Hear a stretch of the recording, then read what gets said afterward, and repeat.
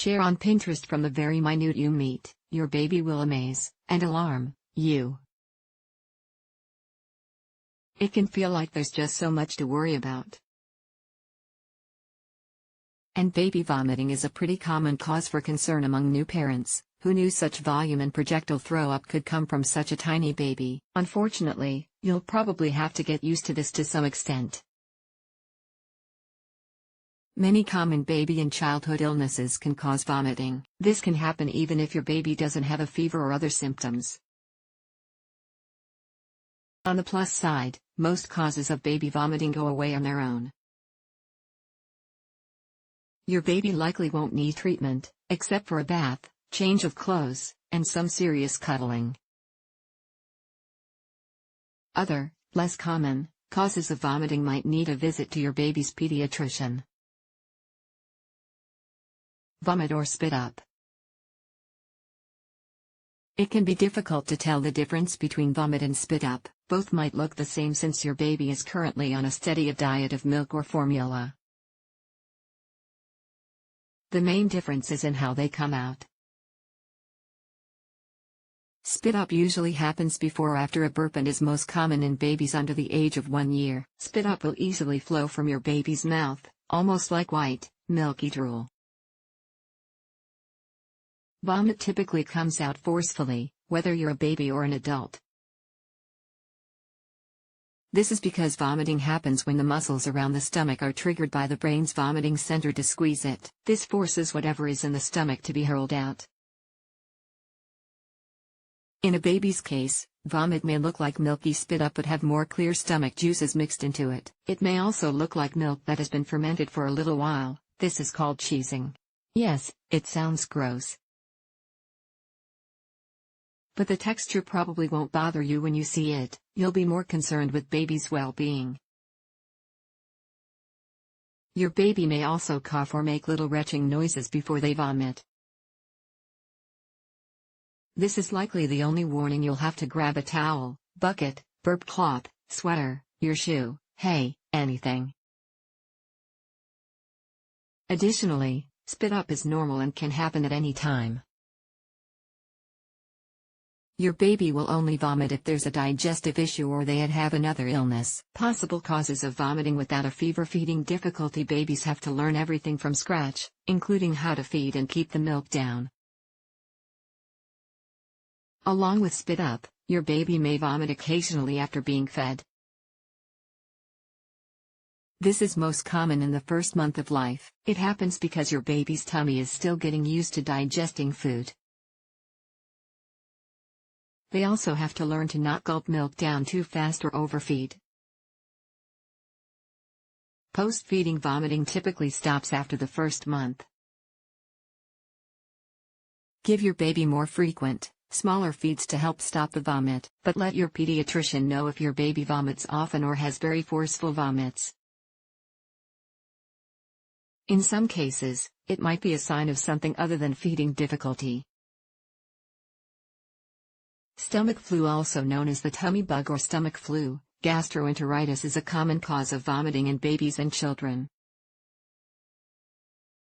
Your baby may have cycles of vomiting that come and go for about 24 hours. Other symptoms in babies may last for 4 days or longer: watery, runny poop or mild diarrhea, irritability or crying, poor appetite, stomach cramps and pain. The tummy bug can also cause a fever, but this is actually less common in babies. Gastroenteritis usually looks a lot worse than it is, thank goodness.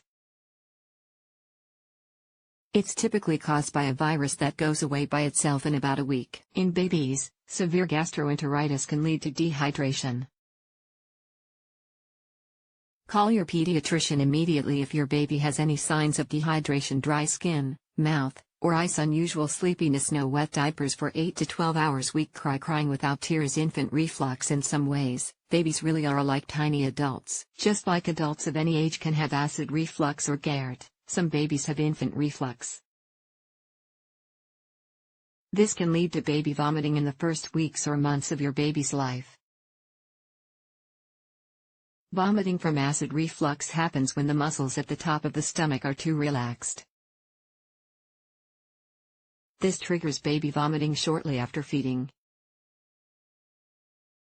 In most cases, the stomach muscles strengthen, and your baby's vomiting goes away on its own. Meanwhile, you can help slow down the vomiting by avoiding overfeeding, giving smaller, more frequent feeds, burping your baby off, and propping your baby up in an upright position for about 30 minutes after feeding. You can also thicken milk or formula with more formula or a bit of baby cereal. Caveat: check with your pediatrician before you try this. It might not be suitable for all babies. Cold and flu babies catch colds and flus easily because they have shiny new immune systems that are still developing. It doesn't help if they're in daycare with other sniffling kiddos, or they're around adults that can't resist kissing their little faces. Your baby may have up to 7 colds in their first year alone. Cold and flu can cause different symptoms in babies. Along with a runny nose, your baby may also have vomiting without a fever. Too much mucus in the nose, congestion, can lead to a nasal drip in the throat.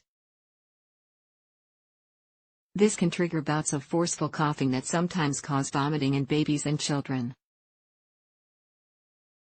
As in adults, colds and flu in babies are viral and go away after about a week. In some cases, sinus congestion may turn into an infection. Your baby will need antibiotics to treat any bacterial, not viral, infection. Ear infection. Ear infections are another common illness in babies and children. This is because their ear tubes are horizontal rather than more vertical like in adults. If your little one has an ear infection, they might have nausea and vomiting without a fever. This happens because an ear infection can cause dizziness and loss of balance. Other symptoms of ear infections in babies include pain in one or both ears, tugging or scratching at or near the ears, muffled hearing, diarrhea. Most ear infections in babies and children go away without treatment. However, it's important to see a pediatrician in case your baby needs antibiotics to clear up the infection. In rare cases, a serious ear infection can damage a baby's tender ears. Overheating. Before you swaddle your baby or put them in that adorable fluffy bunny suit, check the temperature outside and in your home. While it's true that the womb was warm and cozy, babies can overheat quickly in hot weather or in a very warm house or car. This is because their tiny bodies are less able to sweat out heat. Overheating might cause vomiting and dehydration. Overheating can lead to heat exhaustion or, in much more serious cases, heat stroke. Look for other symptoms like pale, clammy skin, irritability, and crying, sleepiness or floppiness. Immediately remove clothing and keep your baby out of the sun and away from heat. Try to breastfeed, or give your baby water if they're 6 months or older. Get urgent medical attention if your baby doesn't seem their usual self. Motion sickness. Babies below the age of 2 years don't commonly get motion or car sickness, but some babies may get sick after a car ride or being twirled around, especially if they've just eaten. Motion sickness can make your baby dizzy and nauseous, leading to vomiting. It might be more likely to happen if your baby already has an upset tummy from bloating, gas, or constipation. Strong smells and windy or bumpy roads can also make your baby dizzy. Nausea triggers more saliva, so you might notice more dribble before your baby vomits. You can help prevent motion sickness by traveling when your baby is ready to sleep. Great trick if your baby loves to sleep in the car. A sleeping baby is less likely to feel queasy. Keep their head well supported in the car seat so it doesn't move around too much.